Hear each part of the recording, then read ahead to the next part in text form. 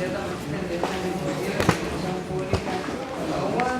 secretaria académica de la Universidad Nacional de José Félix Paz, docente laboral con concurso del área de Derecho Público de dicha universidad, autor y disertante de diversos trabajos sobre el tema. Nos hablará sobre la legitimación como freno de mano en la división de poderes.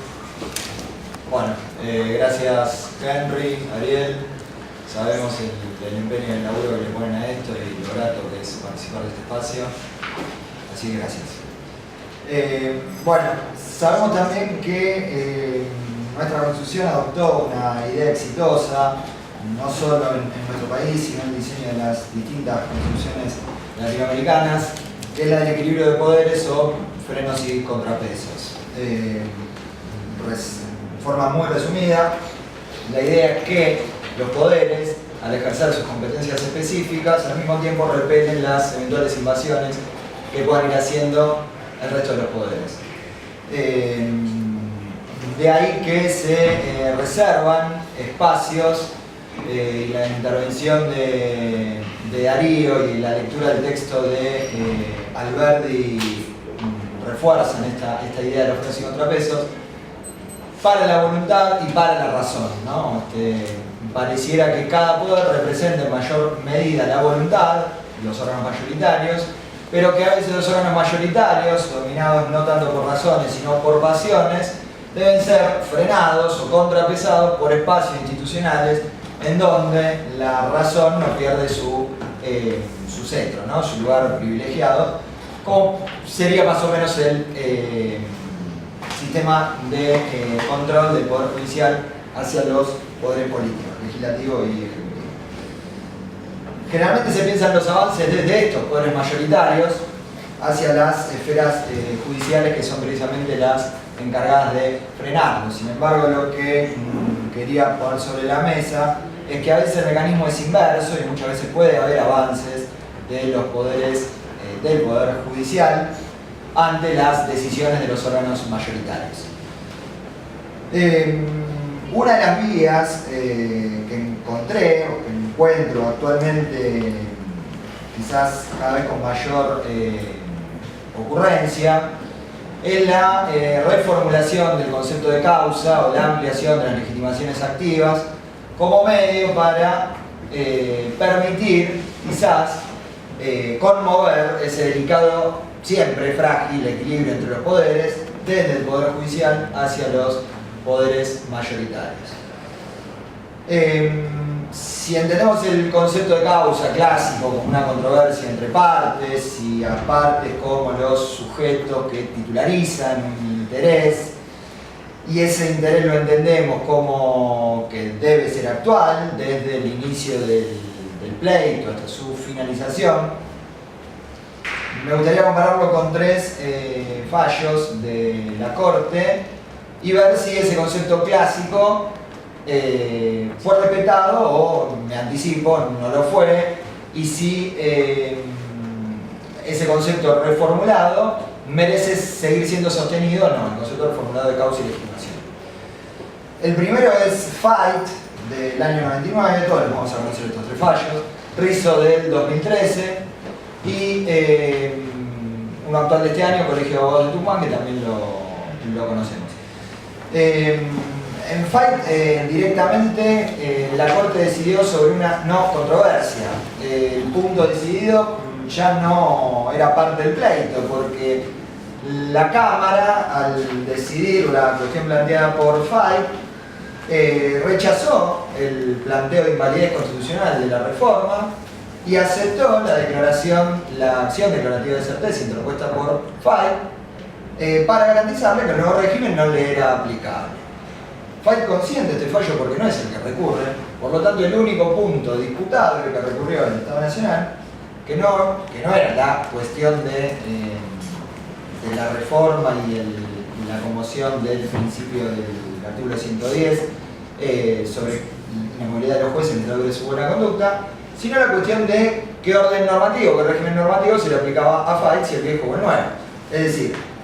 acá no llegamos ni siquiera a integrar la controversia, porque el punto sobre el cual la Corte se expidió ya estaba consentido por el propio Fight, que no lo cuestionó mediante el recurso que tenía posible como posibilidad de la Corte. En Rizo, ¿qué pasa? En Rizo la legitimación, lo que yo veo, también resulta algo confusa porque Rizo se presenta como apoderado de la lista Gente de Derecho, agrupación que participa de la disputa política en el Colegio Público de Abogados, invocando la representación de una clase de los abogados, jueces y académicos, y en defensa o en tutela de esos intereses individuales homogéneos distribuidos en esta clase que Rizo, en su carácter de apoderado de la lista, dice representar. Sin embargo, la legitimación o el pronunciamiento de la Corte sobre la legitimación activa de Rizo no se pronuncia sobre este aspecto, sino que se pronuncia sobre la lista representada, sobre la agrupación representada, diciendo que le corresponde legitimación activa porque en el marco de la nueva ley 26.855, esa agrupación, de acuerdo a los requisitos que preveía el nuevo régimen, hubiese quedado proscripta de presentarse a elecciones para integración de consejeros de la magistratura, para elección de consejeros de la magistratura. Si las agrupaciones que no son partidos políticos están proscriptas de los procesos electorales, bueno, ese argumento vale para cualquier otra elección que se dé acá en más, porque sabemos que, con base en el artículo 37-28 de la Constitución Nacional, la representación política está monopolizada en agrupaciones que llamamos partidos políticos y que tienen su ley regulatoria. Es decir, el argumento utilizado en Rizo para fundar la legitimación activa podría replicarse en cualquier elección de acá en adelante que tengamos por cualquier otra agrupación o por cualquier otra asociación que no sea un partido político. Como tercer momento en este rediseño del concepto de causa,